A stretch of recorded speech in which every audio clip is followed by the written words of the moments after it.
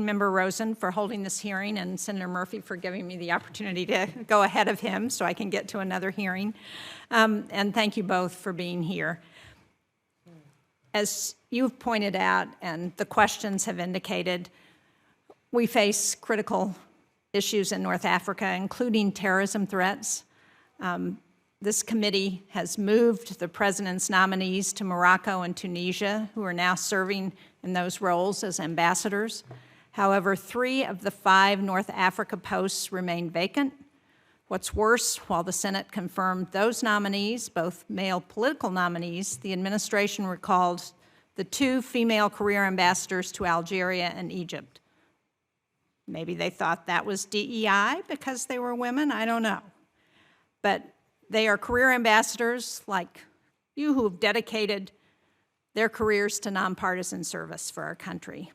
And so I fail to see how recalling experienced career ambassadors when there are not others ready to take their place is in our interest. I think it's in America's interest to have confirmed ambassadors in every country around the world, and right now we are falling behind China dramatically.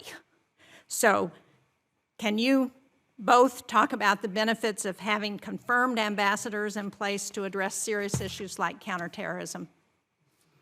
Mr. Palladino, you want to go first? Thank you, Senator. That's an important question, and we do want to have the administration's team on the field and be fully represented. I appreciate the cooperation. I'm sorry to interrupt, but do you not consider career ambassadors part of the president's team, no matter who the president is? Senator, you referenced some specific ambassadors being recalled, and that's something that happens between administrations, and that is kind of the way the Foreign Service has worked often in the past. It's kind of the normal course of nature, and when that happens, well, we Mr. have Palladino, that affairs. is not correct. I have been here I'm going on 18 years now. I've been on this committee for almost 18 years, and I have seen ambassadors come and go. And what I have seen is that career ambassadors are generally left in place until they are replaced by another nominee or another career ambassador. So don't tell me that that's the normal course of events, because I know it's not. And the fact is, when we don't have confirmed ambassadors on the ground, America's interests suffer. And I don't care how you can try and defend the fact that we don't have people on the ground, but we don't, and America's interests are suffering. I want to move on, because Algeria has been an important U.S. counterterrorism partner. They have seemed to be willing to turn away from Russia and toward the United States, not only in economic ties, but on military ties. But public reporting currently suggests that the Algerian government has purchased Russian fighter aircraft, and it's in talks to purchase even more because it would take too long to get American planes delivered.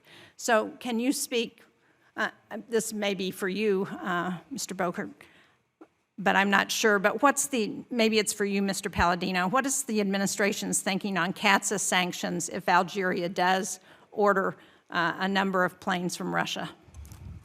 Thank you, Senator. We also have seen those media reports, and they're concerning.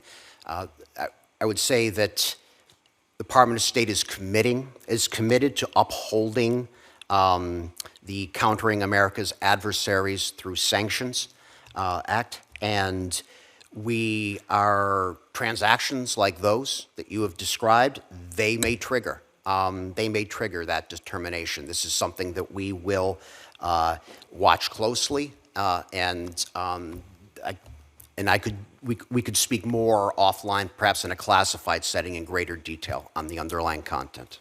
Well, can we talk about what we might be able to do to disincentivize Russian-Algeria cooperation on military purchases like those planes? We work closely with the government in Algeria on issues where we find common ground. We certainly don't agree on many things, and this would be an example where the United States would have a problem. We approach the leadership and the governments as we find them, and we use the leverage that we have, often in private, diplomatically, to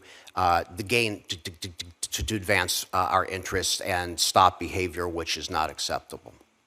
Thank you, Mr. Chairman. Thank you. Senator Scott? I want to thank the chairman, ranking member for this important hearing. I want to thank you.